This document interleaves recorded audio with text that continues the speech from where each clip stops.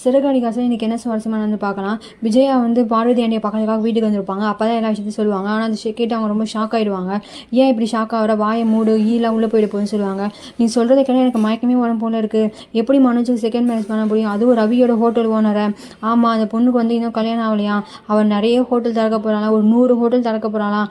அதுக்கெல்லாம் மனோஜ் தான் ஓனராக இருக்கணும், அதனால தான் நான் இப்படி பண்ணுறேன் அப்படின்னு சொல்லுவாங்க. ஆனால் அதுக்கு வந்து பாலி சொல்லுவாங்க, இதெல்லாம் ரொம்ப தப்பு, அப்போ ரோகிணி வாழ்க்கை என்ன ஆகும் அப்படின்னு சொல்லுவாங்க. ரோகிணி வீட்டை விட்டு வெளியே போக வேண்டியதான், அவளை எவ்வளோ பணக்காரின்னு சொல்லி ஏமாத்தினாலும் அதுக்கு இதுதான் சரியான தண்டனை. நான் எப்படியாவது அவளை கல்யாணத்துக்கு சம்மதிக்க வைப்பேன், 2வது கல்யாணம் பண்ணிக்க அவளை சம்மதிப்பேன். நான் மனோஜுக்கு தான் அவளை கல்யாணம் பண்ணி வைப்பேன். மனோஜோட படிப்புக்கு வந்து இவ தான் கரெக்டானவ. இப்போ ஆனால் ரோகிணி வந்து மேலே கேஸ் கொடுத்துருவா, அவள் நம்மளை ஏமாத்திட்டான்னு சொல்லி நம்ம கேஸ் கொடுத்தா ஏற்றுக்கவே மாட்டாங்க. ஆனால் என் மாமியார் வந்து செகண்ட் மேரேஜ் என் ஹஸ்பண்டுக்கு பண்ணி வைக்கிறாங்க, எங்களுக்கு டைவர்ஸே ஆகலை அப்படின்னு சொல்லிட்டாங்கன்னா அது கண்டிப்பாக உன்னையும் பையனை போலீஸ் அரெஸ்ட் பண்ணுவாங்க சொல்லுவாங்க. அதெல்லாம் எனக்கு தெரியும், நான் சட்டப்படி தான் எல்லாமே பண்ணுவேன், நீ ஏன் இப்படி யோசிக்கிற அப்படின்னு சொல்லுவாங்க.